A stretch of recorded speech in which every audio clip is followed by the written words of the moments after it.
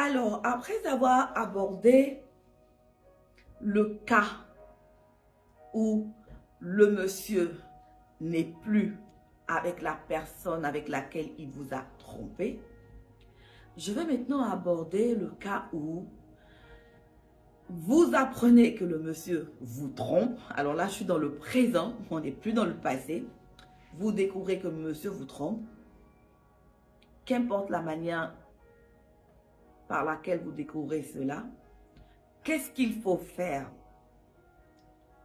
Vous êtes en plein dans un cas d'infidélité. Il n'a pas arrêté. Il a toujours cette autre relation et vous aussi. Qu'est-ce qu'il faut faire? On me l'a demandé. Qu'est-ce qu'il faut faire?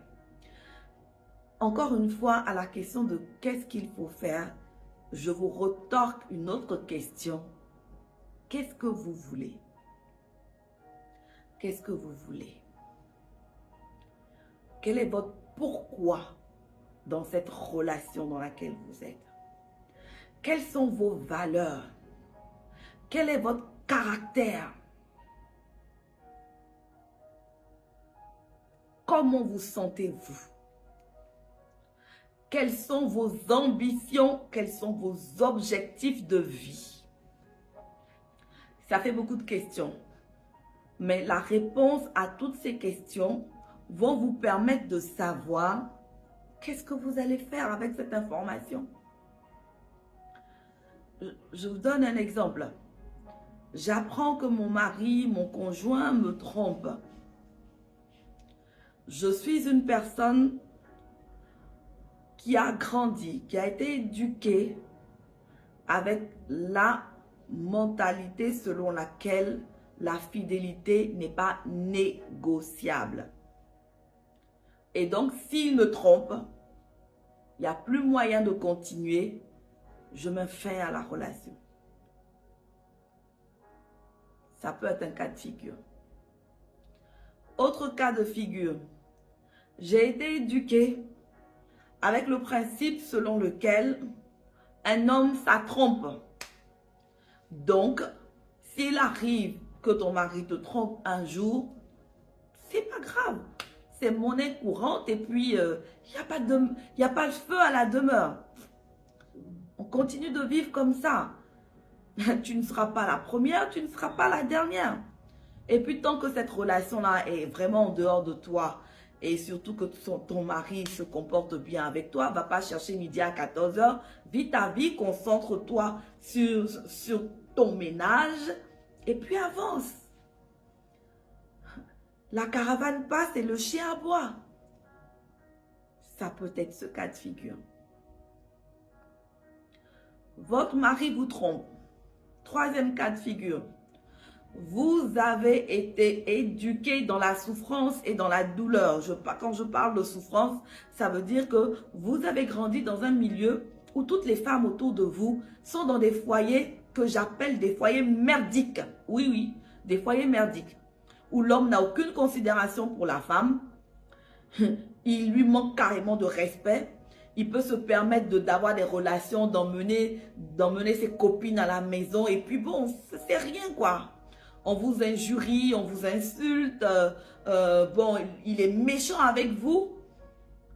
Mais comme le mariage est une fin en soi pour vous, et qu'on a peur du quand dira-t-on, on est là. C'est le cas de beaucoup de personnes aussi. Donc, quand vous avez grandi dans cet environnement-là, et que vous, à votre tour, vous devenez femme, et que vous vivez des cas d'infidélité, bon, à la limite, on compare. C'est vrai, il me trompe, il ne s'en cache pas, mais bon, ma tante, elle, on la frappait. Moi, on ne me frappe pas, donc c'est pas grave, je reste. Ma tante, elle, on ne lui donnait pas l'argent pour s'occuper de la maison. Moi, même s'il me trompe, même si je sais, il continue de s'occuper de moi. C'est vrai qu'il ne me touche plus, mais c'est pas grave, je reste. Tous ces exemples-là pour vous dire que, encore une fois, je me répète, il n'y a pas de solution toute faite. Qui vous êtes? Quelles sont vos valeurs? Quels sont vos objectifs de vie? Qu'est-ce que vous êtes capable de supporter ou de ne pas supporter? Lorsque vous trouverez des réponses à ces interrogations-là, vous saurez ce que vous devez faire. Un homme qui vous trompe, vous le découvrez. Il ne s'en cache plus. Il assume. Il vous a donné une information qui est claire. Tu n'es plus la seule. La personne qui est à l'extérieur, j'y tiens. À toi aussi, je tiens à toi. Donc, je tiens à 2 personnes ou encore je peux tenir à 3 personnes. Ça dépend. C'est à vous de prendre votre décision, madame. Si le fait de savoir que votre mari en aime une, deuxième, une troisième à l'extérieur, vous avez du coffre, vous avez un cœur solide pour supporter, franchement, alléluia, c'est votre choix. Faites le choix qui vous corresponde le plus. Ne faites pas le choix de la voisine ou ne faites pas mon choix à moi. Faites votre choix. Décidez de rester ou de partir parce que vous avez maîtrisé les tenants et les aboutissants. Vous vous êtes projeté dans le futur. Vous maîtrisez les conséquences de votre départ ou de votre maintien.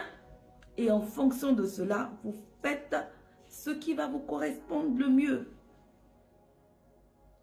Tout dépend de ce que vous pouvez supporter.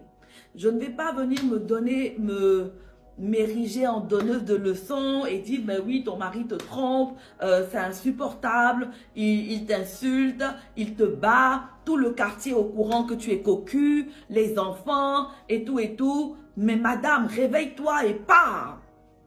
Je ne le dirai pas. Parce que je sais que ce n'est pas des décisions qui sont faciles à prendre.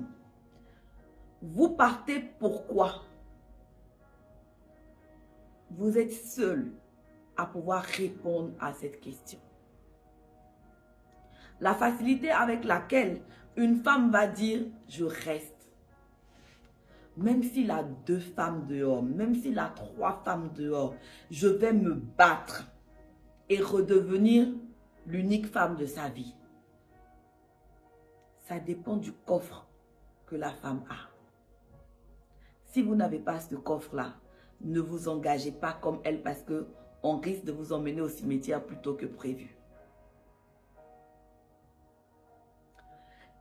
Quand une femme dit « mon mari me trompe, il a une maîtresse », tout Abidjan en est informé. C'est une humiliation. Il ne répond plus à ses obligeances de maison, familiale.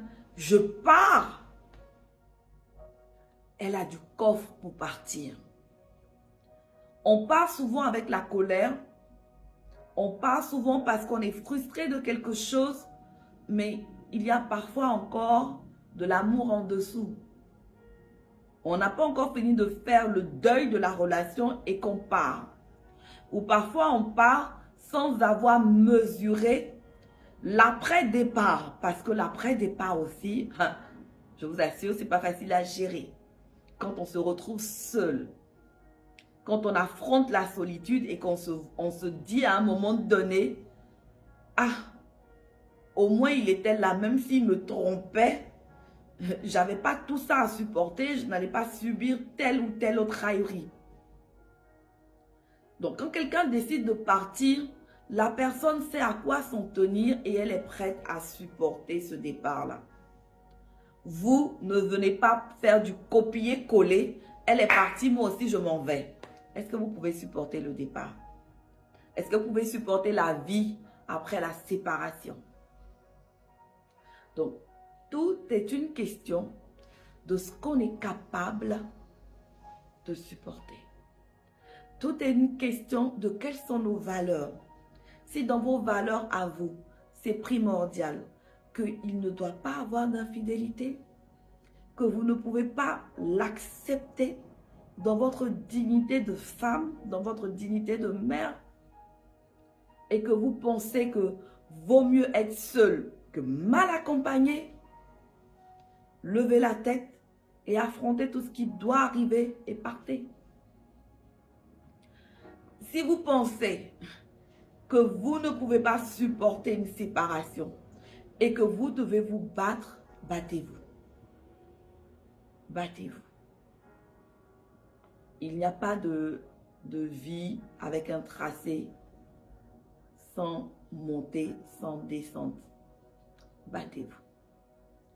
À celles qui vont faire le choix de rester et de se battre, ne restez surtout pas parce que les parents vous ont dit « faut pas partir », parce que les amis vous ont dit « faut pas partir », parce que ni les parents ni les amis, c'est pas leur cœur qui va être déchiré à chaque fois que vous êtes dans votre lit et que votre mari n'est pas à côté de vous et que vous savez qu'il est ailleurs.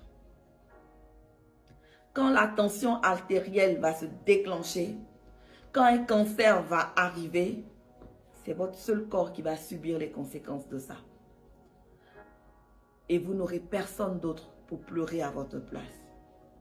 Donc quand vous décidez de rester, décidez parce que c'est votre décision à vous et non la décision des autres.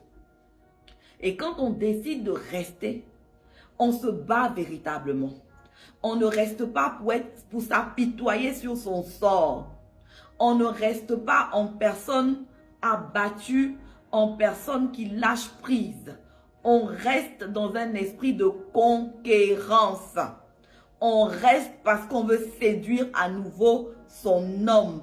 Parce qu'on veut reprendre tout le territoire de son cœur. On ne veut plus le partager. On peut estimer qu'on peut reprendre entièrement. On peut estimer que bon, même si l'autre est là, la petite part que j'ai, je me débrouille pour être à l'aise là-dedans. Je ne reste pas pour critiquer le monsieur matin, midi, soir. Je ne reste pas pour le traiter de mauvais. Il va payer, il va payer.